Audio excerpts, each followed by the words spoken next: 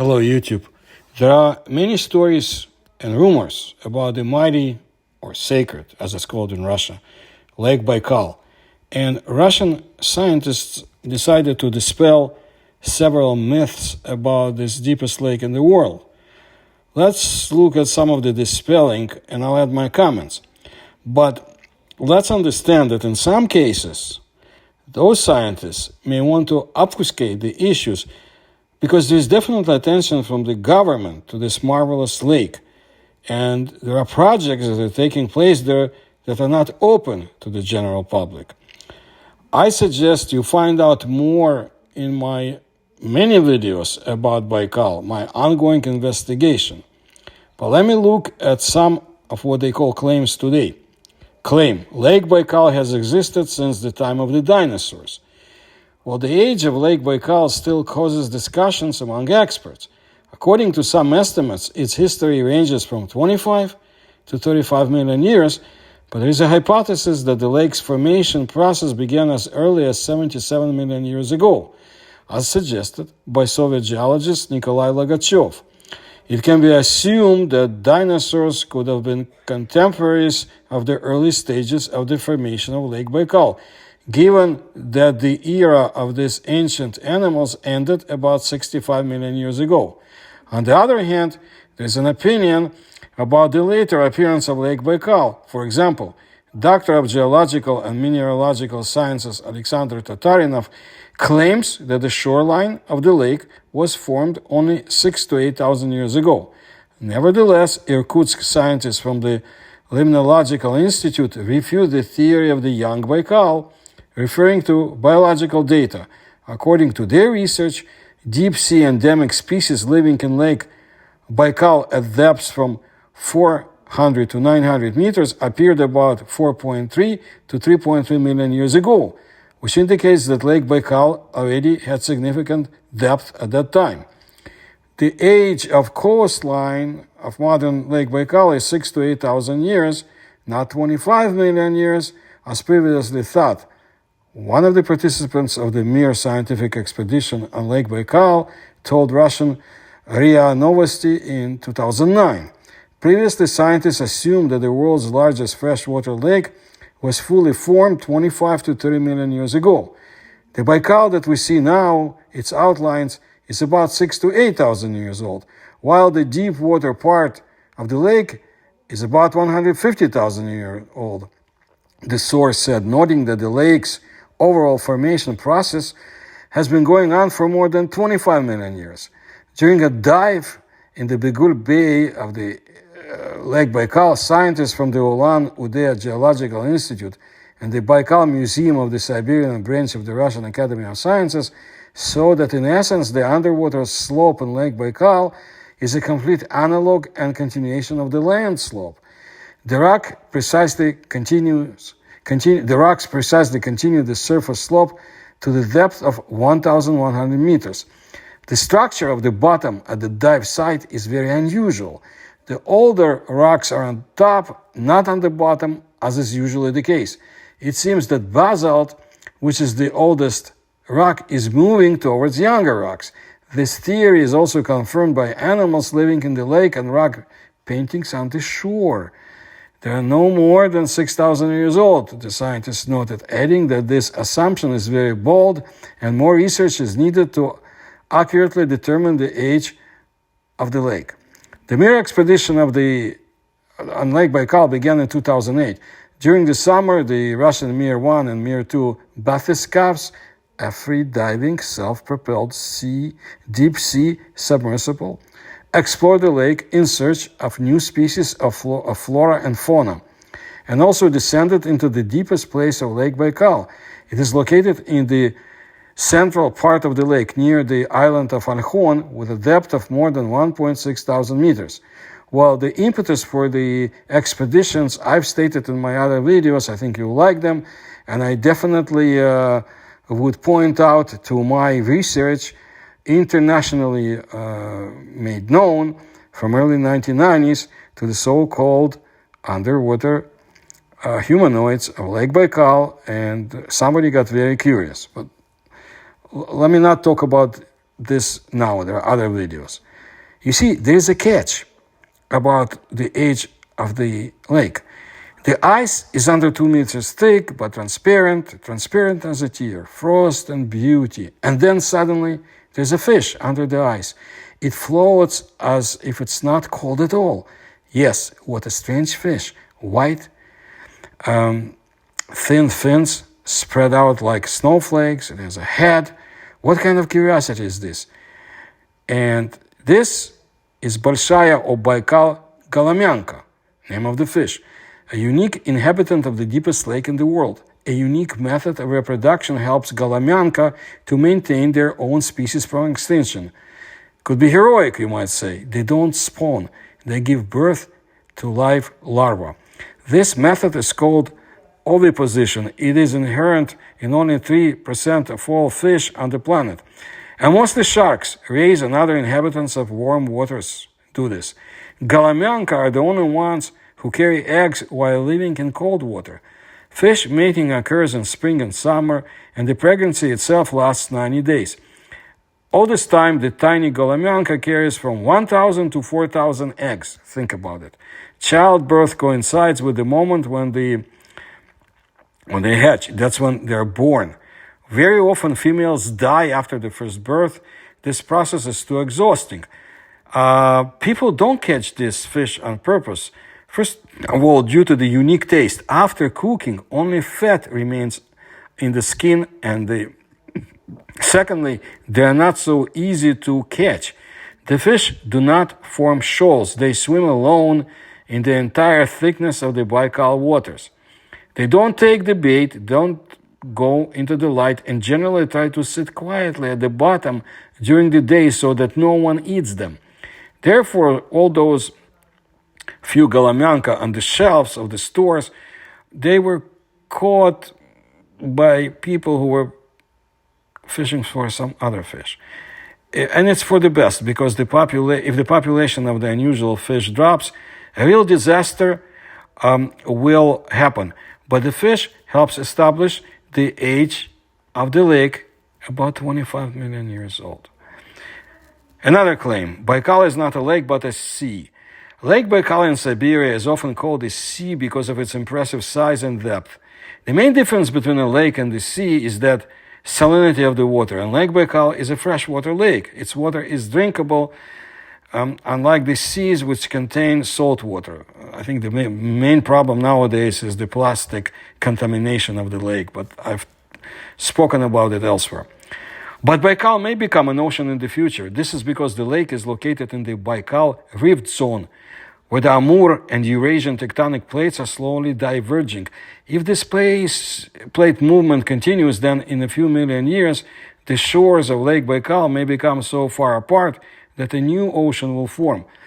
No comment here except that there are very interesting tales about subterranean tunnels that connect Baikal to the ocean, and we may have to go to the days of ancient Bharat or India. But it's explained elsewhere. Claim, the water in Lake Baikal glows. Many people believe that the water in the lake glows. Luminescence of water is a glow that can have a chemical or biological origin. Chemical luminescence occurs when certain chemical compounds interact, whereas bioluminescence is caused by the glow of living organisms. Well, in the year 2012, Irkutsk, that's a city in Siberia. They have cool scientists in Siberia, a very big scientific base. Anyway, those scientists conducted a study to find out if microorganisms glow in Lake Baikal. Using a photometer, they found that some microorganisms do emit a very faint glow, but it is so faint that it cannot be seen with the naked eye.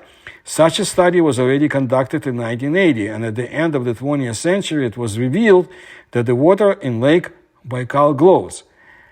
I will add that what glows in the lake may not be entirely of natural origin.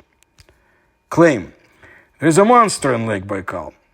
There are many legends and stories about mythical creatures living in various bodies of water around the world, and I take the blame for making a number of videos about such lakes and seas, and you can see them. I really like this cryptozoological angle. And Lake Baikal is no exception. According to local legends, A strange creature, a real monster, is sometimes seen in the lake. Locals say that they have seen a creature that looks like a huge seal, a water snake that appears in the early morning and sometimes comes ashore. Some associate it with the legendary Loch Ness monster, suggesting that it could have crossed to Lake Baikal through mythical, as the scientists put it, underground water channels connecting all lakes of the world. Scientists believe that the locals might have mistaken the Baikal seal for a monster. Seals often come ashore to bask in the sun, or at dusk with poor visibility. Their silhouettes might seem unusual and frightening. However, the question of size remains. Here I will add. The locals most likely see those mysterious underwater humanoid beings that the Soviet military tried to capture in 1982 with very sad results. Please see the link to my video on the subject in the description. That's my investigation that brought the silence in the world in the early 1990s. And I've continued ever since. You can also see my continuous research videos about the strangeness of the lake, its paranormal phenomena. You'll find them in my channel. I don't think anybody else, independent researchers, civilian ones, are or is pursuing this. I am. In my next video about Lake Baikal, I will present evidence available about the cryptids of the lake, not the underwater humanoids, that's separate. But there may be a connection, of course. Claim: earthquakes occur on Lake Baikal due to tunnel excavation. After a strong earthquake on Lake Baikal on the night of September 22, year 2020, a legend appeared on the internet about that the seismic activity in the region was caused by the construction of an underground tunnel to pump water from the lake. The scientists reassure everyone at once. Construction work cannot cause an earthquake of this magnitude.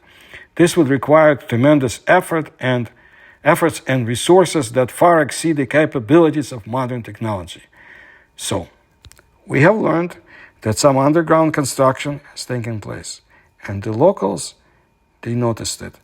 Let's see what else the scientists. They added that Lake Baikal is located in the active rift zone where the Amur and Eurasian tectonic plates are gradually diverging. The rift itself stretches from Mongolia to the Kodar Mountains.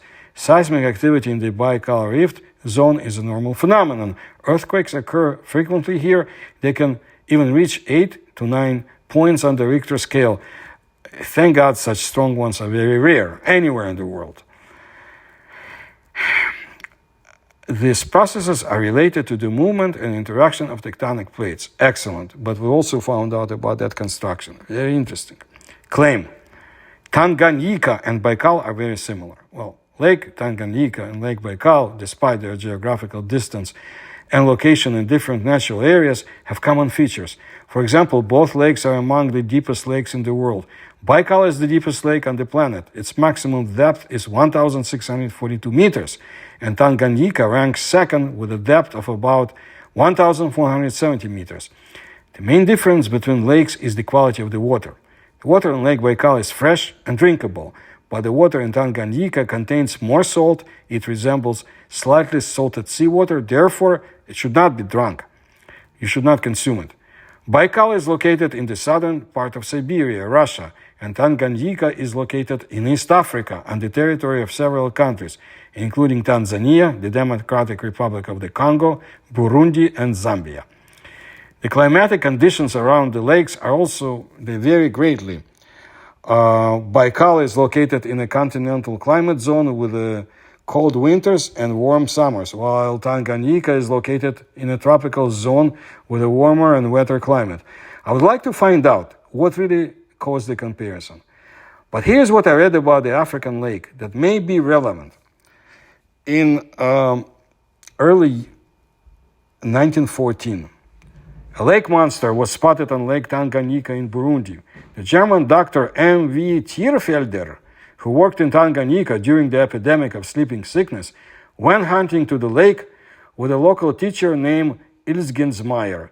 When Thierfelder, Ilsgensmeyer, and an African youth were walking along the shore of the lake, surrounded by rocks, Suddenly, Tierfelder saw something in the bay itself that he had never seen before. It was a creature that looked like a monstrous snake. However, it did not swim horizontally like snakes, and its rings, the German counted as many as 6, rose vertically above the water. The animal arrived in the bay pretty quickly and headed straight for the rocky shore, where Tierfelder was lying motionless.